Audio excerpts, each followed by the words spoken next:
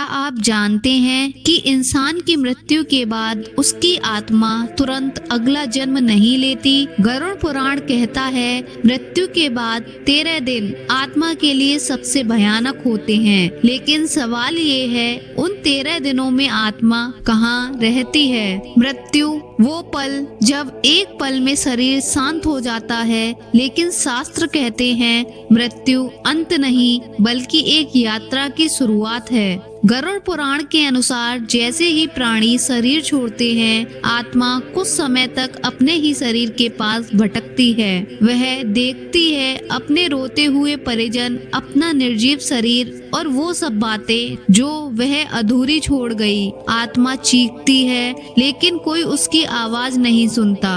आत्मा के 13 दिन। पहला दिन भ्रम। पहले दिन आत्मा को लगता है कि वह अभी जिंदा है। वह अपने घर लौटती है, अपनों को पुकारती है, लेकिन कोई जवाब नहीं देता। यहीं से आत्मा को एहसास होता है वह मर चुकी है। दूसरे से 5वां दिन पीड़ा।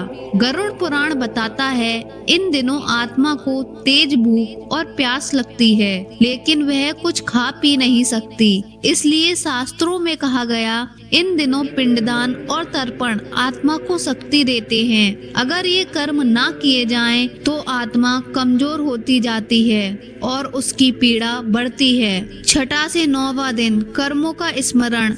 अब आत्मा को दिखाया जाता है उसका पूरा जीवन, उसके अच्छे कर्म, उसके पाप, वो झूठ, वो धोखे। यह कोई सजा नहीं, यह सत्य का सामना है।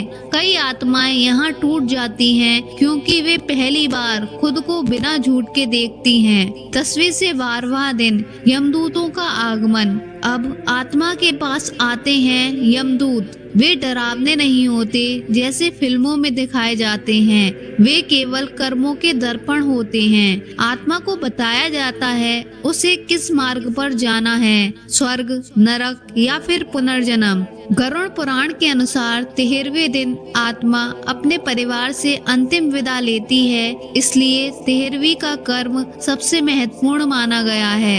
यह दिन तय करता है आत्मा की अगली यात्रा। लेकिन शास्त्र चेतावनी देते हैं अगर इन 13 दिनों में संस्कार सही ना हो या मृत्यु अचानक हुई हो, तो आत्मा धरती और परलोक के बीच फंस सकती है और वही आत्माएं भटकती हुई दिखाई देती हैं।